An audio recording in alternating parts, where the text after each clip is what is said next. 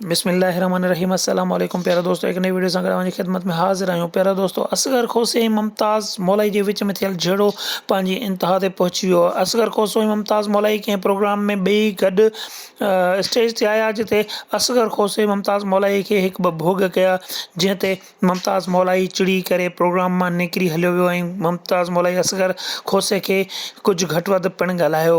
असगर खोसे चयो त असां कॉमेडियन आहियूं, असांजो कमु आहे कॉमेडी करणु, ऐं तव्हां बि हिकु फ़नकार आहियो ऐं तव्हां हिन ॻाल्हि खे सम्झी सघो था त फ़नकारी करे असांजो कमु आहे त आवाम जी दिलि विंदरायूं, पर तव्हांखे मग़रूरी एॾी आहे जो तव्हां कंहिंसां ॻाल्हाइण लाइ तयारु न आहियो। अलाह पाक कंदो तव्हांजी इहा मग़रूरी ज़रूरु टुटंदी। असगर खोसे जे इन लफ़्ज़नि ते मुमताज़ मौलाई खे वधीक कावड़ अची वई ऐं मुमताज़ मौलाई असगर खोसे खे गले मां वरितो। तंहिं ते मुमताज़ मौलाई जा गार्ड पिणु स्टेज ते चढ़ी आया। प्यारो दोस्तो, मुमताज़ मौलाई खे अहिड़ो क़दम खणणु घुरिजे पियो या न? वीडियो जे कमेंट सेक्शन में वञी हिकु कमेंट करे ज़रूरु ॿुधाईंदा त असल ग़लती कंहिंजी आहे, मुमताज़ मौलाई या असगर खोसो। अवां मुमताज़ मौलाई ऐं असगर खोसे मां कंहिंजा फैन आहियो ऐं अवां ॿिन्ही खे हिननि ॿिन्ही फ़नकारनि जो झेड़ो कीअं लॻो? छा इन्हनि ॿिन्ही फ़नकारनि जी ग़लती हुई या असगर खोसो या मुमताज़ मौलाई कंहिं हिक जी ग़लती? कमेंट सेक्शन में ज़रूरु ॿुधाईंदा। कंहिं ॿी वीडियो में वरी मिलंदासीं। दुआउनि में यादि कजो। अल्लाह निगहबान।